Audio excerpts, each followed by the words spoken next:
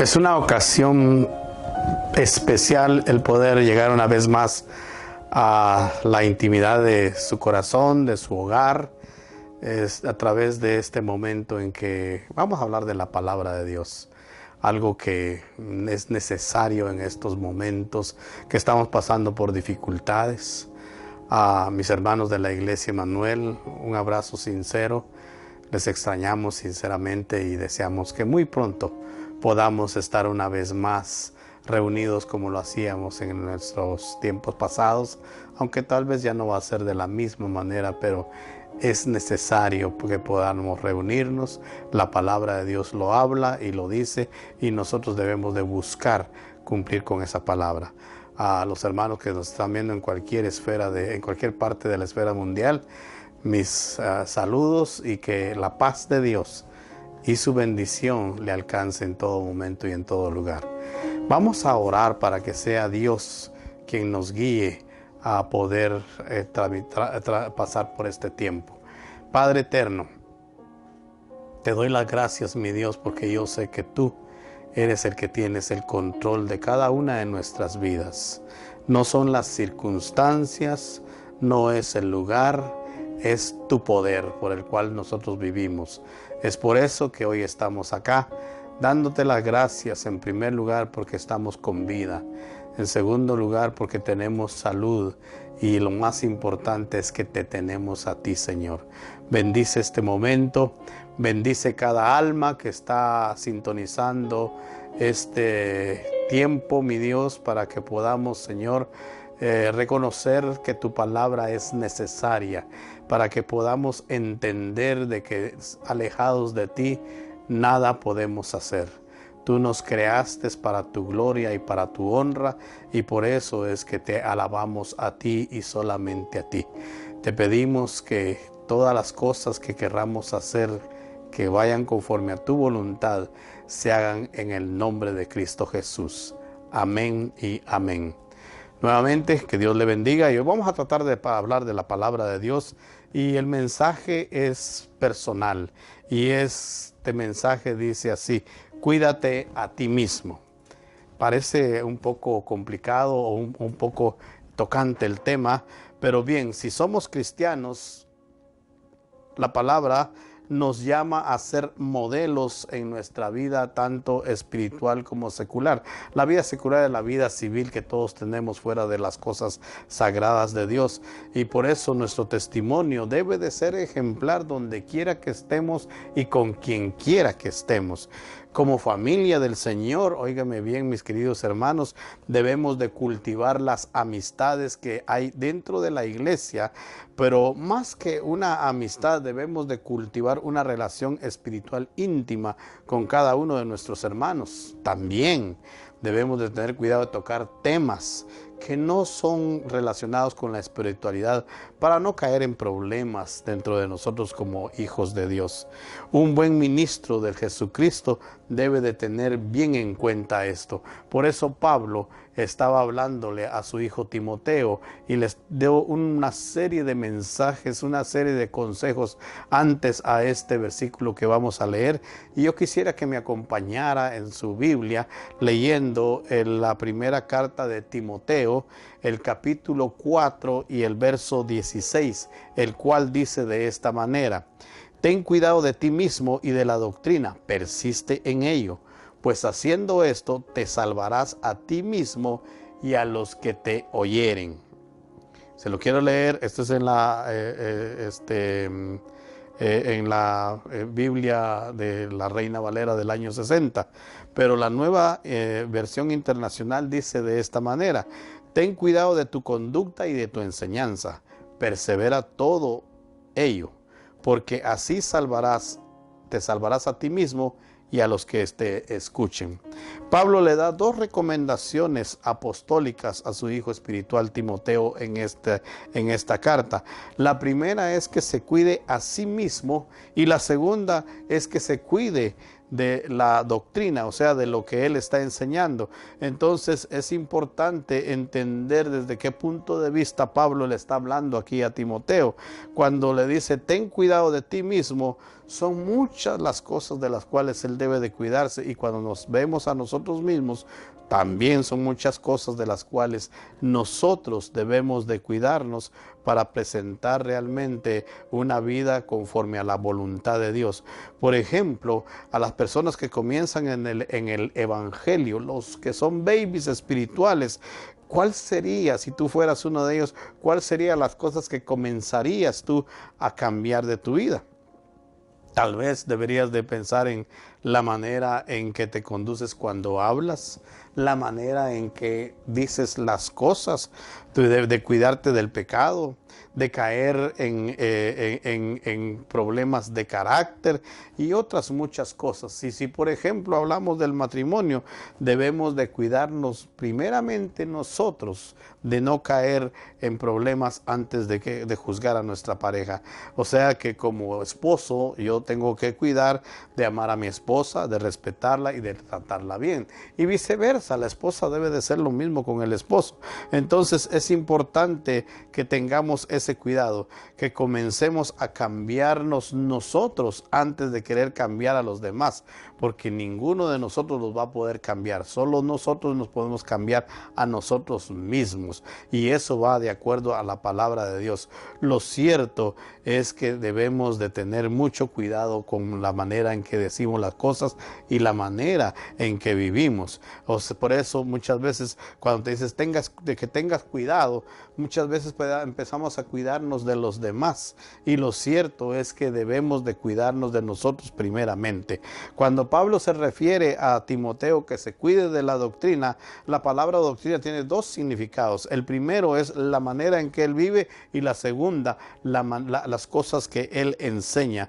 Es por eso que debemos de tener mucho cuidado cuando hablamos de la palabra de Dios. Cuando hablamos de ella debe de ser conforme a la Biblia y no conforme fundamentos de ideologías humanas. Esta exhortación que Pablo le está dando a Timoteo es individual, es personal, y cuando se trata de la doctrina tienes que cuidarte de ti mismo, dice, porque cuando llegues delante de Dios, óyeme bien, no podrás echarle la culpa de tu doctrina a tus mentores, como tus pastores, tus maestros. Por eso es que tienes la Biblia, tienes al Espíritu Santo en tu corazón, y además de ello tienes la inteligencia que Dios te ha dado.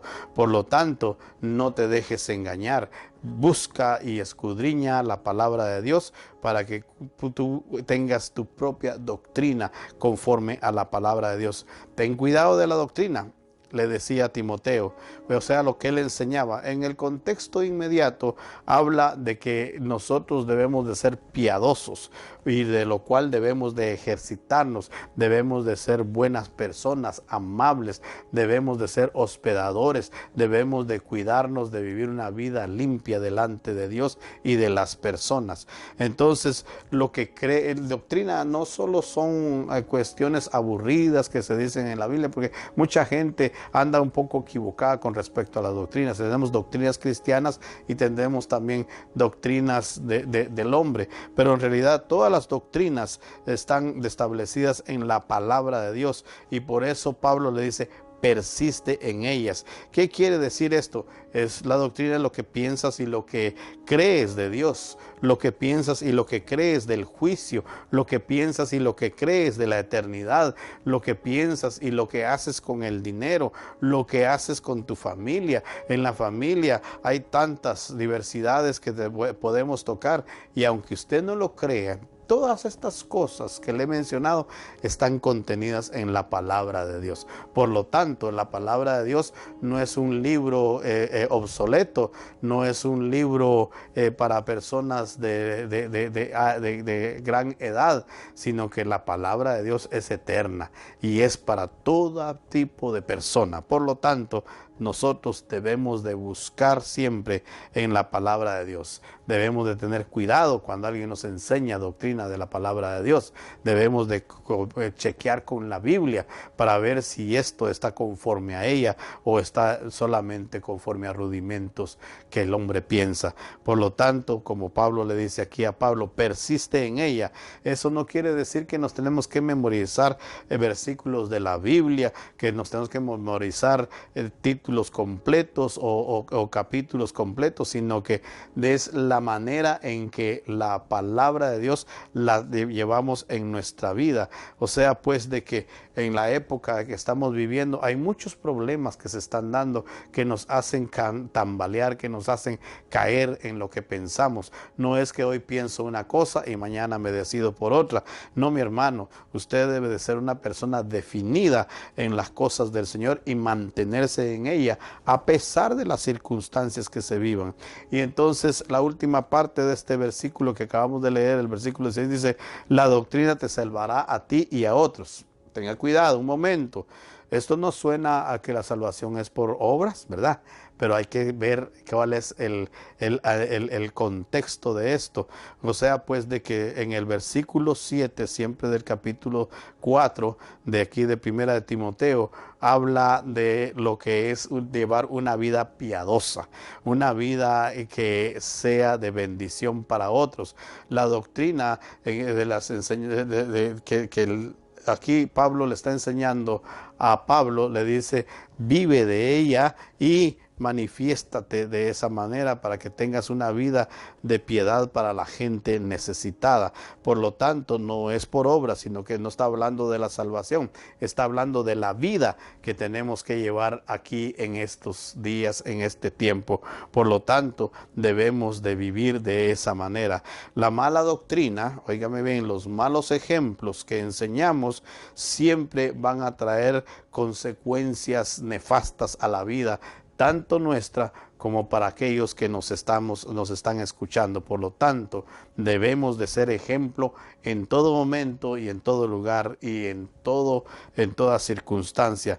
Entonces es importante llevar una vida de bendición para que otros sean bendecidos. Proverbios capítulo 16, verso 32 dice: mejor es el que se tarda en airarse que el fuerte, el que domina su espíritu que el que toma una ciudad. ¿Qué le quiero decir con esto? El éxito en el trabajo, en la escuela, en los negocios. Una persona puede arruinar todo el éxito que haya tenido sencillamente porque no puede controlar su temperamento. De modo que hay una gran victoria personal en controlar el temperamento, o sea, nuestro carácter, nuestra manera de ser.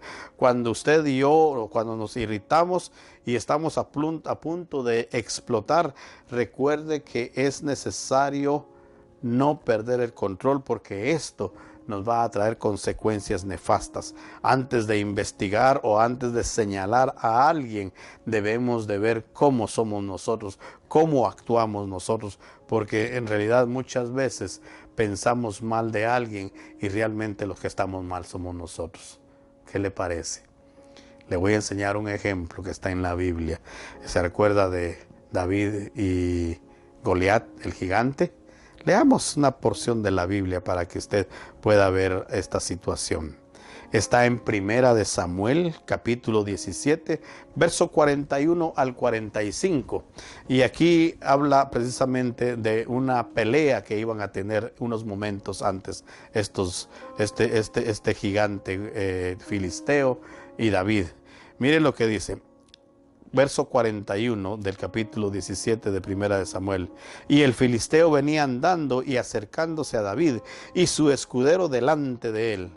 Y cuando el filisteo miró y vio a David, le tuvo en poco, porque era joven y rubio y de hermoso parecer.